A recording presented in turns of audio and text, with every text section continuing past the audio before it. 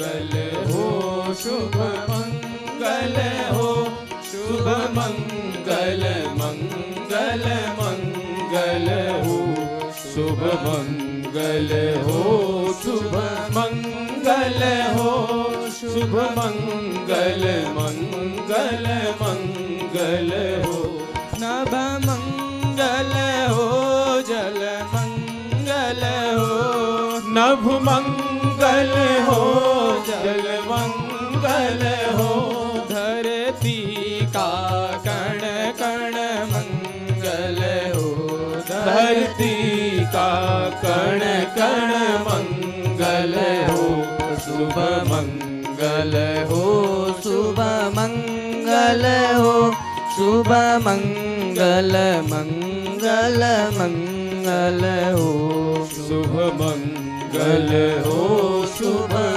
मंगल हो, शुभ मंगल मंगल मंगल हो, दिन मंगल हो, निशि मंगल हो, दिन मंगल हो, निशि मंगल हो, जीवन का हर क्षण मंगल हो, जीवन का हर क्षण मंगल हो, शुभ मंगल हो, शुभ मंगल हो, शुभ मंगल मंगल मंगल हो, शुभ मंगल हो, शुभ मंगल हो, शुभ मंगल मंगल मंगल हो, तन मंगल हो, मन मंगल हो, तन मंगल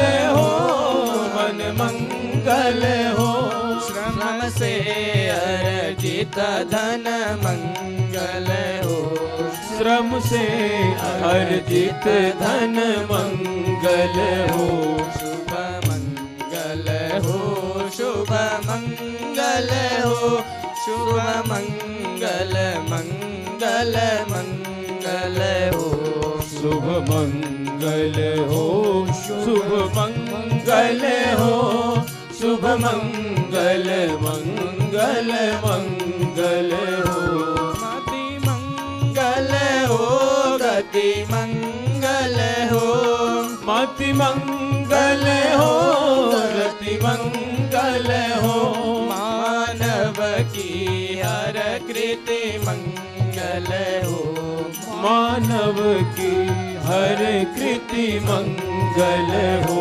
शुभ मंगल हो, शुभ मंगल हो, शुभ मंगल मंगल मंगल हो, शुभ मंगल हो, शुभ मंगल हो, शुभ मंगल मंगल मंगल हो, शुभ मंगल मंगल मंगल हो, शुभ मंगल मंगल मंगल हो।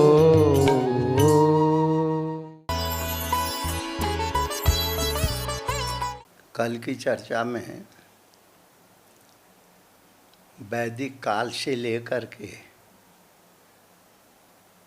मध्यकालीन संत परंपराओं की चर्चा हुई। वेद की ऋचाओं में जिस ईश्वरीय तत्व का ज्ञान दिया गया है, मध्यकालीन संत परंपरा के अंतर्गत संतों ने क्षेत्रीय भाषा में उस समय जहाँ जो संत निवास करते थे उस क्षेत्र की भाषा में वेद के गहन तत्वों को, जिसमें आचार्यों ने उन गहन तत्वों का विवेचन भाष्य के रूप में किया, उसी को संत मतान के अनुसार महापुरुषों ने लोक वाणी में उस तत्व को समझाने की कोशिश की। उन्हीं में आचार्य भगवान श्री चंद्रदेव जी भी मध्यकालीन संत परंपरा के एक ज्वाज्वल्यमान योगी के रूप में प्रसिद्ध हुए। जिनका मात्रा शास्त्र महापुरुषों के, उस समय के महापुरुषों के प्रश्न और उनके उत्तर के रूप में मात्रा में समझाया गया है। तो कल मैंने आपको सुनाया था, जब संतों ने उनसे पूछा कि तुम नगर में क्यों आए हो, क्यों भ्रमण कर रहे हो, तो उन्होंने कहा चेतहु नगरी तारहु गाँव। नगरी को चिताने के लिए, क्योंकि संसार में रहने वाले लोग अनेक तरह की विषम समस्याओं के बीच में अपने जीवन को जीते हैं। कहीं कभी कभी वो सांसारिक भोग विलासिता में, संसार के जंजालों में इस तरीके से बंध जाते हैं, भूल जाते हैं अपने आप को। तो आचार्य ने कहा,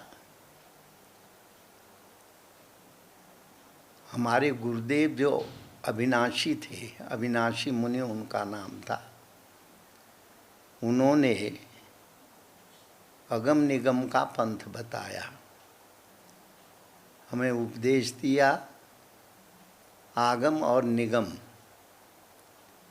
के विषय में विस्तार से चर्चा की। उसी को हमने लोगों के बीच में उनकी भाषा में उनको समझाने के लिए गुरु अविनाशी खेल रचाया, अगम निगम का पंथ बताया।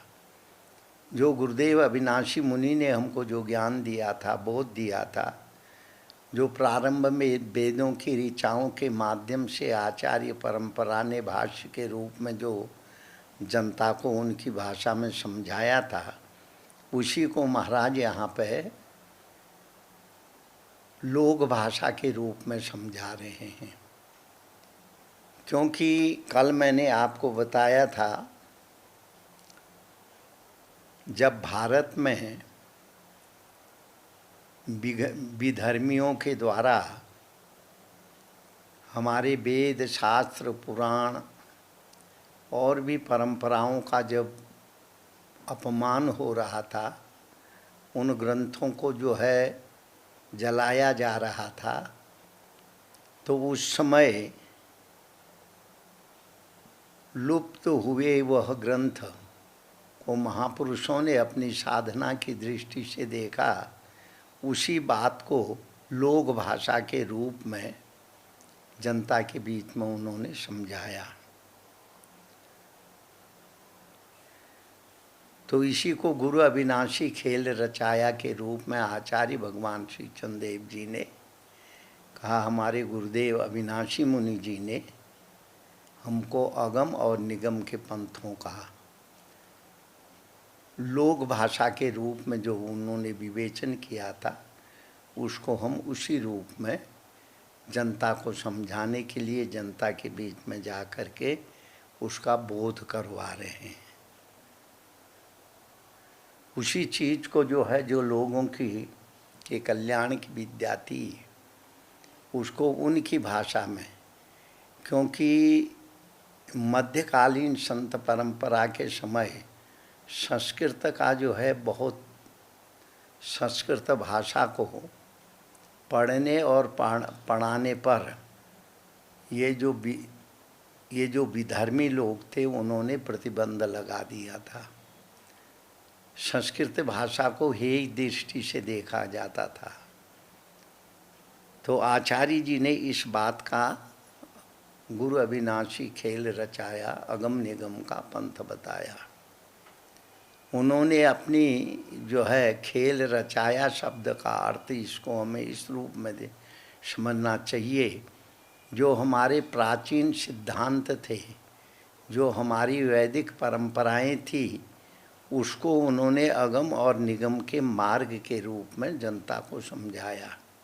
तुम ऐसा करो, अगर वेद नहीं पढ़ पाते हो, संस्कृत नहीं पढ़ पाते हो, इस रूप में तुम अपने जीवन को इस रूप में ढालो जिससे तुम्हें वो वेदों का जो अर्थ है, महापुरुषों ने जो भाष्य के माध्यम से वेदों की चर्चा की है वो तुम सरल रूप में उसको समझा दोगे, समझ जाओगे। तो ज्ञान की गोदड़ी उस समय संतों की एक वेशभूषा होती थी। अभी भी आप लोग प्राचीन समय के संतों को देखते होंगे, उनकी वेशभूषा, तपस्वियों की वेशभूषा अखंड भस्मी शरीर में लगी रहती है, एक कोपीन होता है। वो हर संप्रदाय की, नाथ संप्रदाय में भी ये परंपरा थी, फिर दशनाम संप्रदाय में भी ये परंपरा थी, और वैष्णव में भी ये परंपरा थी, और उदासीन संप्रदाय के अंदर भी इस परंपरा का प्रचलन था। जो विरक्त संत होते थे, यानी जो तपस्या के माध्यम से अपने जीवन में साधना करते थे, वह अग्नि जला के धूनी के सामने बैठते थे और जो है भस्म लगा करके वो उस परमेश्वर की प्राप्ति के लिए, परमेश्वर के तत्व को, जगत को समझाने के लिए लोगों के बीच में जाते थे और समझाते थे सरल भाषा में। तो उस समय साधुओं के पहराव में एक गोदड़ी होती थी। गोदड़ी शब्द का अर्थ जैसे कंबल, तो अनेक तरह के चिथड़े कपड़े जो लोग फेंक देते थे, उनको संत लोग जो है ले करके पवित्र नदी के जल में धोते थे, फिर उसको सुखा करके उसको उन चिथड़े वस्त्र के टुकड़ों से एक जो है एक चद्दर सरीखी बना देते थे, जिसे गोदड़ी कहते थे, और ठंडी के दिनों में वो ओढ़ने के काम आती थी। इस बात से यह संकेत मिलता है, संत ये बताते हैं कि संसार में कोई भी वस्तु अपवित्र नहीं है, कोई त्यागने योग्य नहीं है।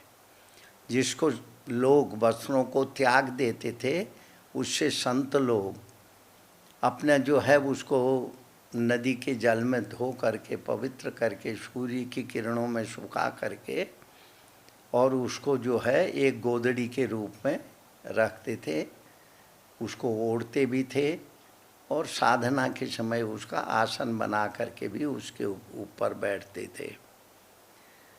तो उन्होंने कहा, ये तुमने गोदड़ी का क्या प्रतीक है? महापुरुषों ने, सिद्धों ने पूछा आचार्य भगवान श्री चंद्रदेव से। कहने लगे, गोदड़ी रखने का मतलब है क्या है?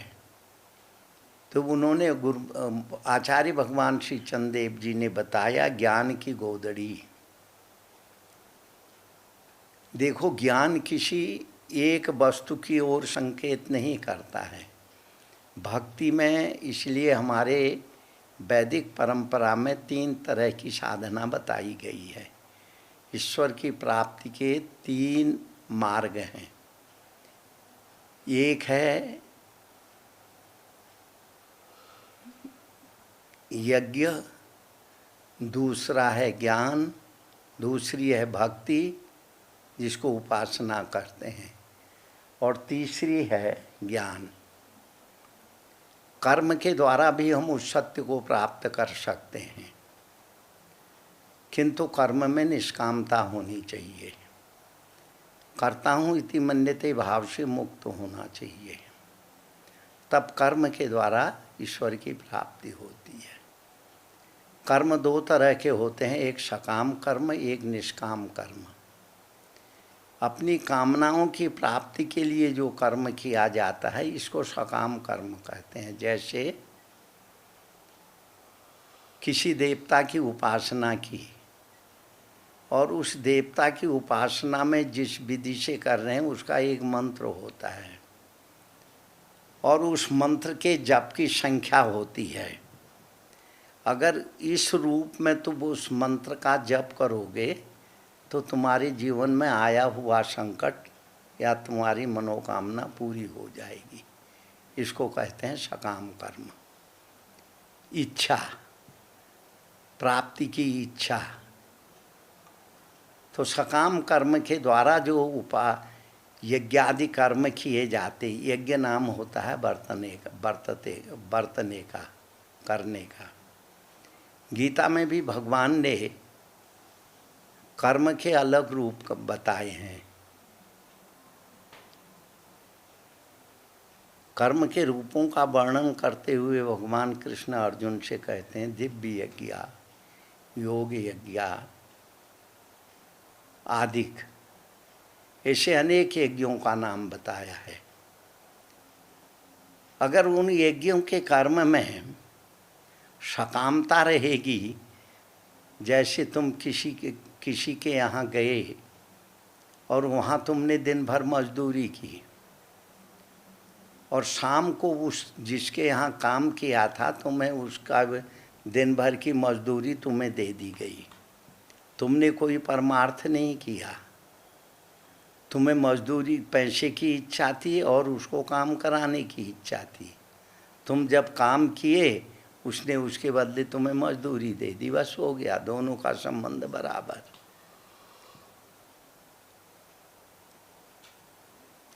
तो इसी तरह से गीता में विविध यज्ञों का भगवान ने वर्णन किया। दिव्य यज्ञ, योग यज्ञ, ज्ञान यज्ञ, दिव्य यज्ञ, तपो यज्ञ, ज्ञान यज्ञ आदिकों की बात भगवान ने कही है। एक अर्थ से होने वाला यज्ञ, जैसे अग्नि में हवन करना, घृत चरु आदि के से, ये दिव्य यज्ञ कहलाता है। योग यज्ञ क्या है? साधना के द्वारा अपने अंतःकरण को पवित्र करके अपनी मनोवृत्ति को परमात्मा के स्वरूप में स्थित करना, ये योग यज्ञ है। और पातंजलि जी ने योग के 8 अंगों का वर्णन किया है। यम, नियम, आसन, प्राणायाम, प्रत्याहार, धारणा, ध्यान और समाधि, यह 8 प्रकार के कर्म से योग यज्ञ कहलाता है। और अंतिम लक्ष्य समाधि है। जिस तत्व की हम साधना कर रहे थे, जिस तत्व को हमें जानने की जिज्ञासा थी, वो समाधि में उस तत्व का हमको दर्शन होता है। स्वाध्याय ज्ञान यज्ञाश्च यततः संचितव्रता। स्वाध्याय यज्ञ, किसी भी धार्मिक ग्रंथ को, चाहे गीता हो, चाहे उपनिषद हो, चाहे रामायण हो, चाहे पुराण हो, कोई को भी का भी पारायण करना, बार बार उसकी पुनरावृत्ति करना, ये स्वाध्याय यज्ञ कहलाता। तो यज्ञ के ये विविध रूपों का वर्णन है यहाँ पे। किसी भी रूप में स्थिर हो करके उस परम तत्व को हम जानने की कोशिश करें।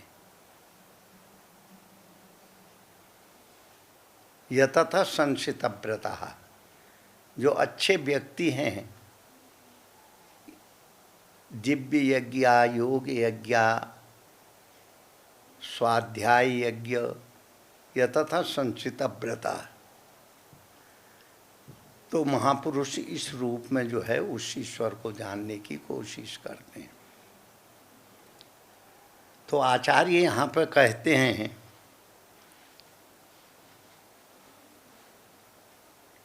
ज्ञान की गोदड़ी, जैसे अनेक वस्त्रों यानी कपड़े के टुकड़ों को धो करके एक गोदड़ी, एक वस्त्र बना दिया जाता है, ये ज्ञान का है। जैसे ज्ञान व्यापक है, अनेक तरह की, जैसे ज्ञाने परिसमाप्यते भी कहा है, अनेक नदियों की धाराओं को अपने में मिला करके जब एक नन्हा सा स्रोत अनेक स्रोतों को मिला करके एक बड़ी नदी बन जाता है, तो अनेक तरह की विधि विधानों के माध्यम से साधना करने वाले व्यक्ति जब उनकी साधना विस्तार को प्राप्त हो जाती है, उन्हें सत्य का दर्शन होने लगता है। तो वह एक महानदी जैसे अनेक नदियों से मिला हुआ पानी एक बहुत बड़ी नदी का रूप लेकर के सागर में जाके समापित हो जाता है, समापन हो जाता है उसका।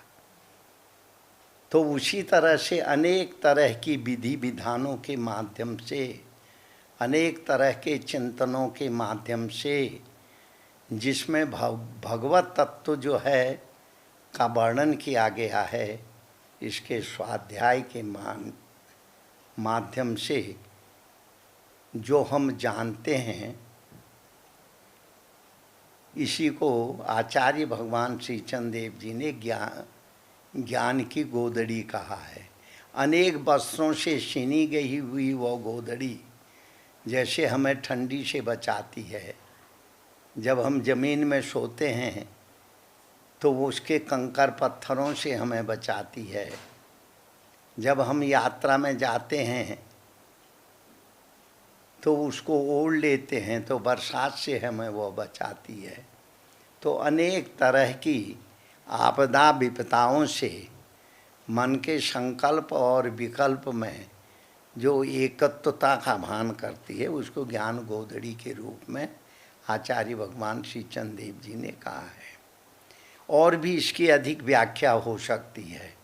अगर इसी विषय को हम आधार बना करके बोलना शुरू करें तो पूरा समय एक ज्ञान की गोदड़ी शब्द में ही लग जाएगा और शेष जो मात्रा के शब्द हैं वो अधूरे रहेंगे। ज्ञान की गोदड़ी, क्षमा की टोपी, ये जो हमारी गोदड़ी है ज्ञान की है, जो हमने साधना के माध्यम से, गुरुजनों की शरणापन्नता के माध्यम से, अच्छे ग्रंथों के स्वाध्याय के माध्यम से, जिन बातों को हमने सुना है और ध्यान के माध्यम से जिनको हमने जाना है, यही ज्ञान गोदड़ी कहलाती है सदुकड़ी भाषा में। अगर इसको हम संस्कृत के भाषा के रूप में समझने की कोशिश करें, ज्ञान की प्राप्ति के जो तत्व हैं तो उसके जितने प्रकार हैं उन प्रकारों की व्याख्या ज्ञान के माध्यम से होती है, उसके ज्ञान के संचय से होती है। तो यहाँ पे सदुक्कड़ी भाषा में आचार्य भगवान श्री चंद्रदेव जी कहते हैं ज्ञान की गोदड़ी। ये जो गोदड़ी है ज्ञान की है, यहाँ पक्षपात नहीं है, यहाँ आग्रह नहीं है, दुराग्रह भी नहीं है।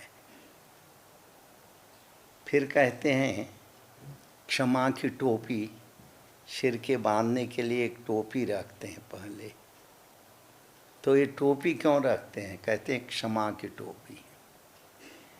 जब हम जीवन की यात्रा में आगे की ओर बढ़ते हैं, अनेक तरह के लोग हमें मिलते हैं, अनेक तरह की वह चर्चा करते हैं। कोई सम्मान करता है, कोई अपमान करता है, कोई तंज कसता है, कोई कुछ कहता है, कोई ढोंगी कहता है, कोई पाखंडी कहता है। अनेक तरह के लोग मिलते हैं। जो हमारे को कुछ भी कहता हो, जैसे तुलसी ने लिखा है, कोई दूत कहे, अवधूत कहे, जुल्हा कह कर, कोई जुल्हा कह को, आदिक रूप से जो तुलसी ने लिखा है, कोई कुछ कहता है, कोई कुछ कहता है। पर अपनी वृत्ति में स्थिर रहना, ये जो हमारी टोपी है, चाहे कोई भी कुछ भी बात करे उसको हम क्षमा कर देते। क्षमा की टोपी, उसके शब्दों को हम अपने जीवन में नहीं लेते हैं। जो कह दिया, अपनी मर्जी से जो जो कुछ कहता है वो ठीक है। एक महात्मा बड़ी सुंदर चर्चा सुनाते थे। एक महात्मा बैठे थे तो उन्होंने पूछा किसी ने कोई, तो महात्मा कहते थे तुम भी ठीक कहते हो। वो चला गया, फिर दूसरे ने पूछा, कहा तुम भी ठीक कहते हो। फिर तीसरे ने कुछ पूछा, कहते हैं तुम भी ठीक कहते हो। चौथे ने पूछा, वो से भी कहने लगे ठीक, तुम भी ठीक कहते हो। तो एक आदमी सुन रहा था, वो महात्मा जी के पास गया, कहने लगा आपने सबसे कहा तुम भी ठीक कहते हो, तुम भी ठीक कहते हो, तुम भी ठीक कहते हो, तुम भी, तो इसका मतलब क्या है? तो महात्मा कहते हैं तुम भी ठीक कहते हो। तो कहने लगा महाराज इतनी सरलता से हम नहीं समझेंगे, सबको ठीक कहते कहे, आपने सबको ठीक कहा, इसका मतलब क्या है? तो महात्मा ने कहा देख भाई, जिसके अंदर में जो कुछ होता है वो वही बोलता है। किसी ने हमको ढोंगी कहा, हमने कहा तुम ठीक कहते हो, क्योंकि वह ढोंग के अलावा कोई वस्तु को जानता ही नहीं था। किसने कहा तुम जो है चोर हो, मैंने कहा तुम भी ठीक कहते हो, क्योंकि वह जीवन भर चोरी करता रहता था। किसी ने पाखंड की बात कही कि मैंने सबसे कहा तुम ठीक कहते हो, ठीक कहते हो, क्योंकि जिसके अंदर जो होगा वही तो मिलेगा ना। हम उससे कहें मैं पाखंडी कैसे, तो झगड़ा होगा। तुम कहते हो, दिखावा करते हो, तो उसके साथ झगड़ा होगा। हमने कहा तुम भी ठीक कहते हो, तुम भी ठीक कहते हो, पर तुमने बोला कि ये सब कहते हैं, तुम जो भी कहा तुम कहते हो, सब ठीक कहते हैं, सब ठीक, तुम भी ठीक, तुम भी ठीक। तो तुमने भी पूछा, तो मैंने कहा तुम भी ठीक कहते हो, तुम्हारी समझदारी है, तुम उसके अनुसार बात। तो संसार में जितने भी लोग हमें मिलते हैं वो अपने ढंग से ही उसकी व्याख्या करते हैं। अगर हम उसकी व्याख्या को सुन कर के, उसकी वार्ता को सुन कर के अपने मन में अशांति ले लेंगे, अपने मन में उसको धारण करेंगे, तो हमारा जो चिंतन है उसमें व्यवधान पड़ेगा, हमारा जो जीवन जीने की शैली है उसमें व्यवधान पड़ेगा। इसलिए मैंने कहा तुम भी ठीक कहते हो, तुम भी ठीक कहते हो। तो संसार में हर व्यक्ति अपने तरीके से सोचता है। हम अपनी सोच उस पर लादने की कोशिश करेंगे तो हमारी सोच को नहीं स्वीकार करेंगे, इसलिए तुम भी ठीक कहते हो। तो इसी को आचार्य भगवान ने क्षमा की टोपी, जो सिर में टोपी रखते हैं, एक क्षमा की है। जो भी जो कुछ का है हमें इससे परवाह नहीं।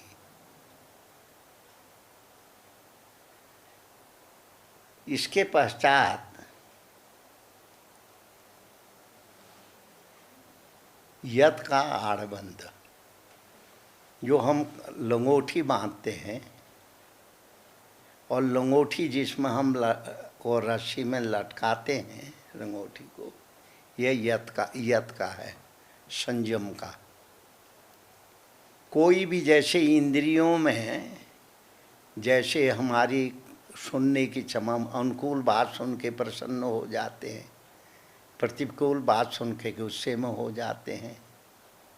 तो कोई भी किसी तरह की हमारी बात यानी जो है चर्चा करे,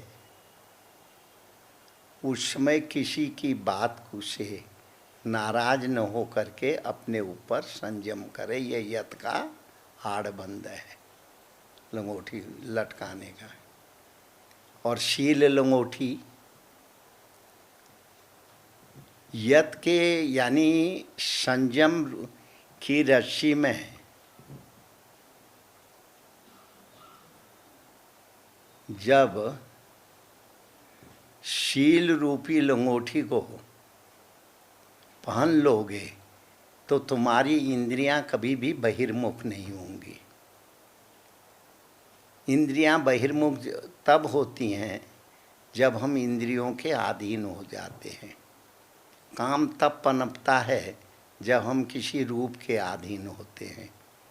हम किसी का सुंदर रूप देख करके जब उसके रूप को अपने मन में बसाते हैं तो हमारी इंद्रियां अपने आप ही सक्रिय हो जाती हैं।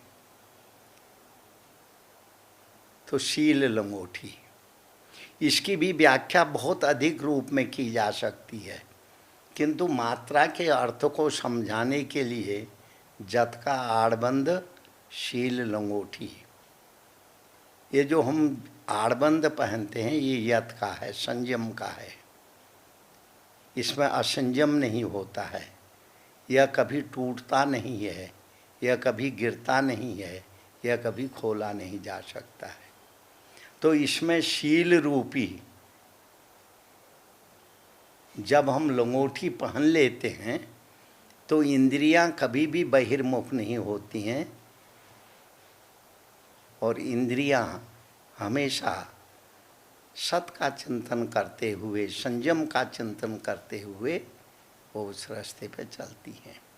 तो मैं आपको बता रहा था हमारे यहाँ उपासना के 3 भगवत प्राप्ति के 3 मार्ग हैं।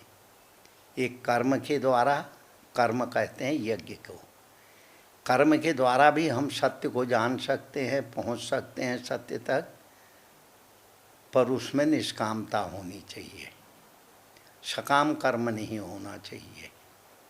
निष्काम कर्म ही सत्य का बोध कराता है।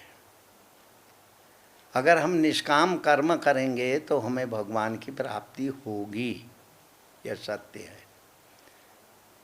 निष्काम कर्म का, अगर सकाम कर्म करेंगे तो जिसके लिए हम कर्म कर रहे हैं उससे हमें कुछ फल की प्राप्ति तो होगी, किंतु हम परमेश्वरी तत्व को पूर्ण रूप से जान नहीं पाएंगे।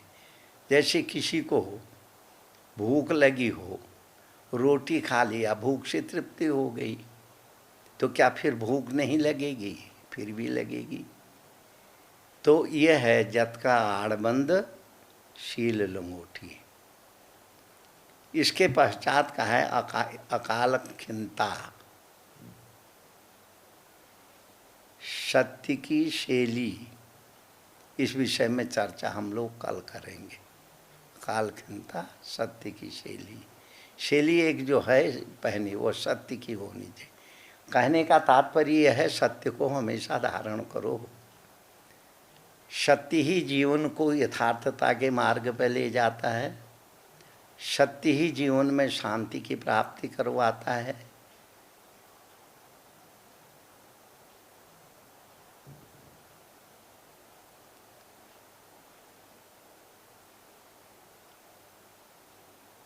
जत का आड़बंद शील लंगोटी। परम तपस्वी, परम पूज्य त्यागी बाबा कल्याणदास जी महाराज की अमृतवाणी। हमारी साधना पद्धति में भी ध्यान का विशेष महत्व है।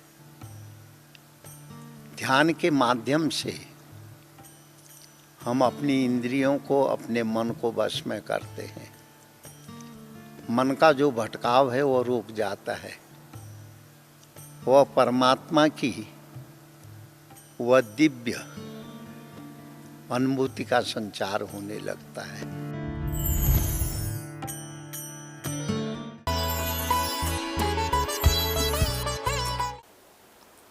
आचार्य भगवान श्री चंदेव जी की मात्रा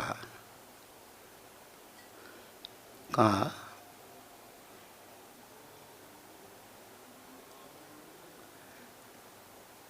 पांचवी लाइन का अर्थ किए थे, जिसमें बताया गया था ज्ञान की गोदड़ी, क्षमा की टोपी, यत का आड़बंद, शील लंगोटी। इसका अर्थ है संयम से, क्योंकि संत के जीवन में ब्रह्मचर्य की परम आवश्यकता होती है। जब तक जीवन में ब्रह्मचर्य न कोई भी साधक साधना में सफल नहीं हो पाता है।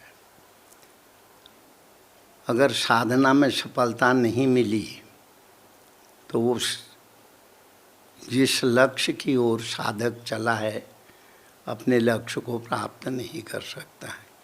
इसलिए आचार्य भगवान श्री चंदेव जी ने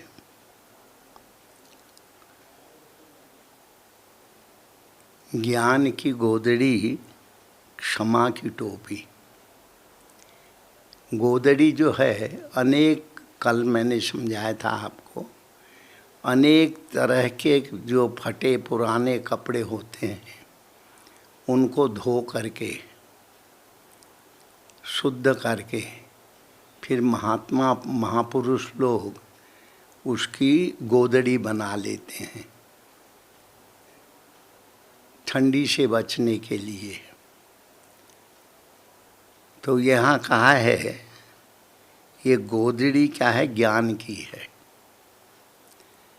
और इस बात से हमको एक संकेत मिलता है, संसार में हर वस्तु की उपयोगिता है, हर चीज़ की उपयोगिता है। अगर हम किसी को स्वीकार करें वह उपयोगिता में है, और किसी को स्वीकार न करें वह अनुपयोगी है। किंतु उपासना के मार्ग में, ज्ञान के मार्ग में अनुपयोगी और उपयोगी का कोई प्रश्न नहीं है। तो कहते हैं ज्ञान की गोदड़ी। तो ये ज्ञान की गोदड़ी है। जैसे वेदांत के सूत्रों में सर्वं खलु विदं ब्रह्म, सब में वो परमेश्वर व्याप्त है। और हमारे भक्ति के साहित्य में भी इसी तरह का कहा गया है, ईश्वर के बिना कोई भी वस्तु नहीं है, सब में वो परमात्मा व्याप्त है।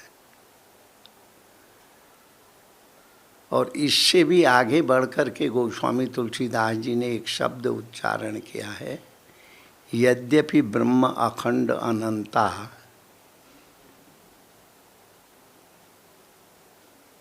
अनुभव गम्य भजे ही जेहि संता। यद्यपि वह परमात्मा अखंड है, अखंड अनंत है। एक तो अखंड है, उसके खंड नहीं है, और दूसरा अनंत है, उसकी कोई सीमा नहीं है। जैसे आकाश की कोई सीमा नहीं होती है, तो उसी तरह से वो परमेश्वर जिसको हम ब्रह्म कहते हैं, परमात्मा कहते हैं, वो भी अखंड है। जैसे भक्त कवियों ने कहा है, जहाँ देखता हूँ उधर तू ही तू है। भक्त भगवान से प्रार्थना करता है, प्रभु मैं तेरे को जहाँ भी देखता हूँ उधर तू ही नज़र आता है। चाहे हम किसी दिशा में देखें, किसी पदार्थ को देखें, चाहे वह पर्वत के रूप में हो, वृक्ष के रूप में हो, नदी के रूप में हो, या और जो है किसी भी रूप में हो, वह ब्रह्म ही है। पर वह ब्रह्म अनंत है और अखंड है। एक तो उसका अंत नहीं है, कोई अंत नहीं। जैसे मन के लिए कहा गया है, मन जहाँ भी जाओ वहाँ मन की उपस्थिति है। मन के द्वारा ही हम किसी वस्तु को देखते हैं, समझने की कोशिश करते हैं। तो इसी तरह से ज्ञान की गोदड़ी, ये जो गोदड़ी हम पहनते हैं, ऊपर डालते हैं, ये ज्ञान की है। और ज्ञाने परिसमाप्यते, ज्ञान में पक्षपात नहीं होता है, ज्ञान में कहीं कम ज़्यादा की कल्पना नहीं होती है। ज्ञान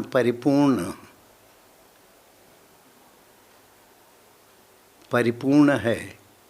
यह भावना ये गोदड़ी के द्वारा हमें मिलती है। तो कहा गया है ज्ञान की गोदड़ी। ये जो गोदड़ी हम पहने, ये ज्ञान की है। जब तक व्यक्ति के जीवन में ज्ञान नहीं होगा, तब तक व्यक्ति के जीवन में भटकाव भी समाप्त नहीं होगा। स्थिरता के लिए ज्ञान की आवश्यकता है, चिंतन के लिए ज्ञान की आवश्यकता है, और जो भी अच्छे कर्म हैं उसमें भी जो है ज्ञान की ही आवश्यकता होती है। अगर हम सर्वत्र परमेश्वर को देखें, जैसे मानस में तुलसी ने एक अच्छी बात लिखी है, निज प्रभुमय देखहि जगत कासन करे विरोध। जब तुम अपने इष्ट को, परमेश्वर को ही सब में देखते हो, फिर विरोध शब्द का कोई अर्थ नहीं रह जाता है। सब उसी का उपास, सब उसी का इष्ट है और सब रूपों में वो व्याप्त है। यह भी ज्ञान गोदड़ी का प्रतीक है। पक्षपात से रहित होना, भेदभाव से मुक्त होना, यह ज्ञान की जो है ये गोदड़ी का स्वरूप है। ये भी साधारण भाषा में हम ये भी कह सकते हैं, गोदड़ी को चाहे कोई भी ओढ़ ले, पर गोदड़ी ठंडी का निवारण करती है। तो इसी तरह वासनाओं के विषय रूप जो ठंडी है, उसको गोदड़ी निवृत्त कर देती है, जीवन में व्यापकता ले आती है, जीवन में व्यापकता विकसित होने लगता है। हम लोग एक महात्मा से, जब बच्चेपन में विरक्त महात्माओं के बीच में हम लोग विचरण करते थे, यदा कदा कहीं संत मिल जाएं, तब आपसी चर्चा में जब संत सुनाते थे, एक संत के मुख से हमने सुना, एक महात्मा बड़े मस्त थे, तो रास्ते में चले जा रहे थे, तो उनको देख करके कुत्ता जो है भौंकने लगा। तो महात्मा ने, वो महात्मा हमें ये कहानी बता रहे थे, कुत्ते को पकड़ लिया। कुत्ता जब उसको नीचे गिर गया, कुत्ते के ऊपर बैठ गए। तो महात्मा की उसमें रोटी होंगी, तो जब कुत्ता फिर भौं भौं करने लग गया, तो महात्मा ने उसको रोटी खिला दी। तो देखने वाले लोग तमाशा देख रहे थे। एक कुत्ता जो है भौंक रहा था, महात्मा उसके ऊपर बैठे थे, उसको दबाए थे। जब कुत्ता भौंकने की वो करता था, तो महात्मा उसको रोटी दे रहे थे। तो ये विचित्र घटना को देख करके लोग हंसने लगे कि बाबा कैसा पागल है। तो महात्मा ने, वो महात्मा मेरे को बता रहे थे, तो महात्मा बड़ी सुंदर बात बोले, विष्णु पर स्थितो विष्णु। ये जो नीचे पड़ा हुआ है विष्णु है, नारायण है। कुत्ते को नारायण कहते हैं। तो वो कुत्ते के ऊपर बैठा हुआ मैं भी विष्णु ही हूँ, परमेश्वर का अंश ही हूँ। तो विष्णु खादन्ति विष्णवे, मैं रोटी खा रहा हूँ, कुत्ता भौंकता है तो मैं उसको खिला देता हूँ। खाने वाला विष्णु है, खिलाने वाला भी विष्णु है, जिसको खिला रहा है वो भी विष्णु है। फिर और लोगों से काहे हंसती रे विष्णु। वो जो लोग हंस रहे थे महात्मा जी को देख करके, तो कहते हैं तुम भी सब विष्णु ही हो, काहे हंसती रे विष्णु। सर्वम विष्णुमयं जगत। संसार में जो भी वस्तु तुम्हें दिखाई देती है, जिसको तुम अपने जीवन में बरतते हो, और जिसको लक्ष्य बना करके तुम भगवान की उपासना करते हो, चाहे वह किसी न किसी रूप में होवे। जैसे विष्णु सहस्त्र नाम में भी लिखा है, अनेक रूप रूपाय विष्णवे परिविष्णवे, एक सूत्र आता है। अनेक रूपों में दिखने वाली जो चेतना है, चाहे वो पशु के रूप में हो, चाहे पक्षी के रूप में हो, चाहे जलचर हो, चाहे थलचर हो, चाहे नभचर हो, चाहे किसी रूप में भी हो, चाहे जड़ हो, चाहे चेतन हो, सब में वो परमात्मा तत्व ही विद्यमान है। तो महात्मा एक बार ये श्लोक बोले थे, अभी तक मेरी वो विस्मृति में कभी विस्मृति नहीं हुई, कभी चर्चा होती है तो महात्मा का ये वाक्य हमें बहुत अच्छा लगता है। विष्णु पर स्थितो विष्णु, विष्णु खादन्ति विष्णवे, काहे हसति रे विष्णु, सर्वम विष्णुमयं जगत। तात्पर्य यह है, जिसको हम छोटा समझते हैं, जिसके बस किसी के प्रति हम घृणा करते हैं, किसी को हम बहुत चाहते हैं, सब वह परमेश्वर का ही रूप है। इसी को कहते हैं व्यापक दृष्टि, इसी को कहते हैं ज्ञान दृष्टि। समझ में आया ना? तो यहाँ पे आचार्य भगवान ने ज्ञान की गोदड़ी कहा। ये गोदड़ी जो है ये ज्ञान की है। अनेक टल्ली तहाँ लागे, वो गोदड़ी अनेक कपड़ों के टुकड़ों से सीनी जाती है।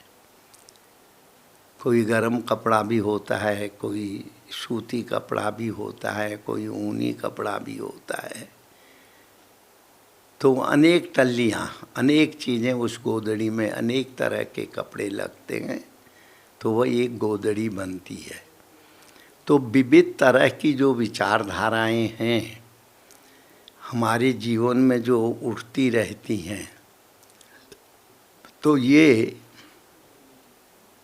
विचारधाराएं ये गोदड़ी के सूत हैं, उससे गोदड़ी का रूप बनता है। आचार्य जी का मत है, अगर जब गोदड़ी ये है ज्ञान की होवे, तो वो गोदड़ी को जो भी, जैसे कबीर ने कहा था, झीनी झीनी रे चदरिया झीनी, 5 तत्व से बनी चदरिया। ये जो है चद्दर जो है, ये 5 तत्वों से बनी है, आकाश, वायु, अग्नि, जल और पृथ्वी। तो ये 5 तत्वों से जो हमारा शरीर को, उसको ये चदरिया कहते हैं कबीर। झीनी झीनी रे चदरिया। तो इसको, ये शरीर के द्वारा ही हम लोग पाप करते हैं, शरीर के द्वारा ही पुण्य भी होता है। अगर हम अच्छे कर्म करते हैं तो ये पुण्य कहलाता है, अगर हम बुरे कर्म करते हैं तो वो पाप कहलाता है। तो कबीर कहते हैं, इस चदरिया को सबने ओढ़ा। देवताओं में देवत्व का अहंकार होता है, और भी जगत के जितने भी लोग होते हैं वह किसी न किसी अहंकार को लेके चलते हैं। अगर हमारे जीवन में अगर अहंकार की विशेषता है तो वही इस गुदड़ी का मैल है, उसकी गंदगी है। तो कबीर कहते हैं, कबीर दास ने ऐसी ओढ़ी, जैसी की तैसी धर दीनी चदरिया, झीनी रे झीनी। मैंने भी उस चद्दर, यानी मैंने भी मनुष्य का देह प्राप्त किया, तो मैंने इसको जो है, इसके माध्यम से कोई भी बुरा कर्म नहीं किया, इसको भगवत प्राप्ति की का हेतु माना। शरीर के द्वारा ही हम सत्कर्म कर सकते हैं। शरीर स्वस्थ है तो हम सब कुछ कार्य कर सकते हैं, भगवान का चिंतन कर सकते हैं, तप कर सकते हैं, और भी अनेक तरह की जो शरीर के लिए आवश्यकता है वो हम सब कर सकते हैं। तो इसीलिए आचार्य ने इसको ज्ञान की गोदड़ी कहा। अगर हम इसको गोदड़ी न कह करके इस शरीर को ही उन्होंने ज्ञान की गोदड़ी कहा है,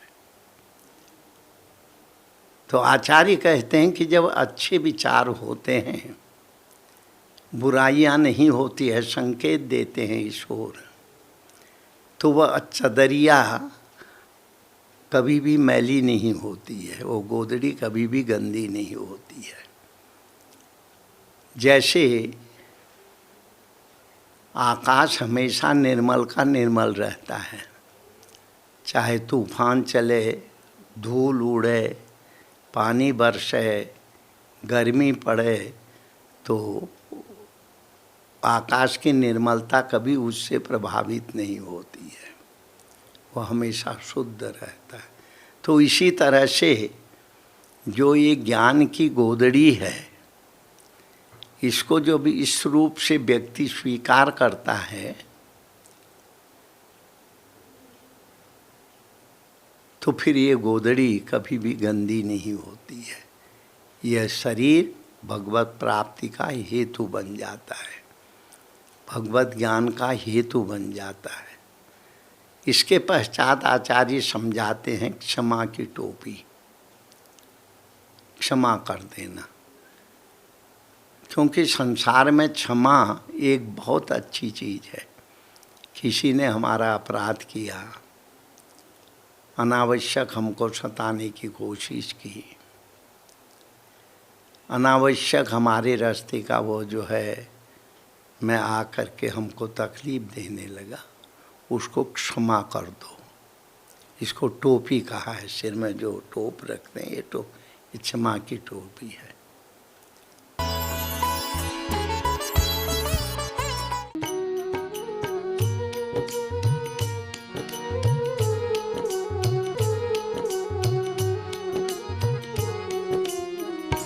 शुभ मंगल हो, शुभ मंगल हो, शुभ मंगल मंगल मंगल हो, शुभ मंगल हो, शुभ मंगल हो, शुभ मंगल मंगल मंगल हो। नभ मंगल हो, जल मंगल हो, नभ मंगल हो, जल मंगल हो, धरती का कण कण मंगल हो, धरती का कण कण मंगल हो, शुभ मंगल हो, शुभ मंगल हो, शुभ मंगल मंगल मंगल हो, शुभ मंगल हो, शुभ मंगल हो, शुभ मंगल मंगल मंगल हो। दिन मंगल हो, निशि मंगल हो, दिन मंगल हो, निशि मंगल हो, जीवन का हर क्षण मंगल हो, जीवन का हर क्षण मंगल हो, शुभ मंगल हो, शुभ मंगल हो, शुभ मंगल मंगल मंगल हो, शुभ मंगल हो, शुभ मंगल हो, शुभ मंगल मंगल मंगल हो।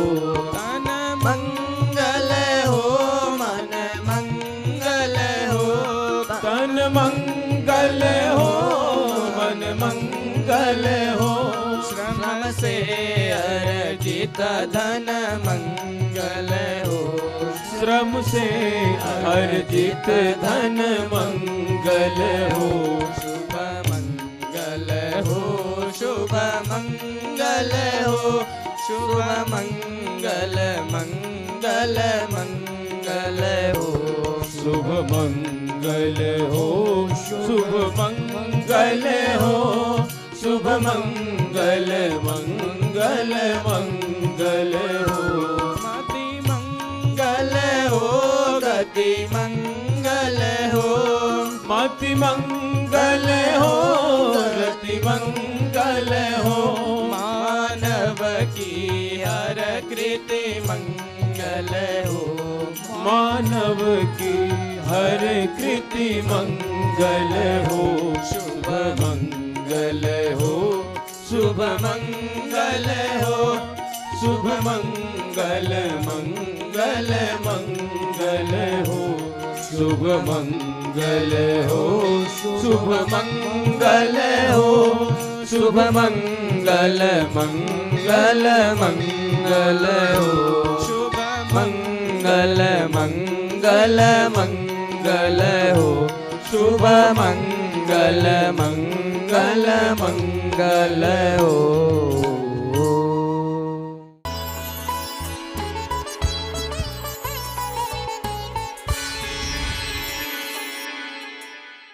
सुभा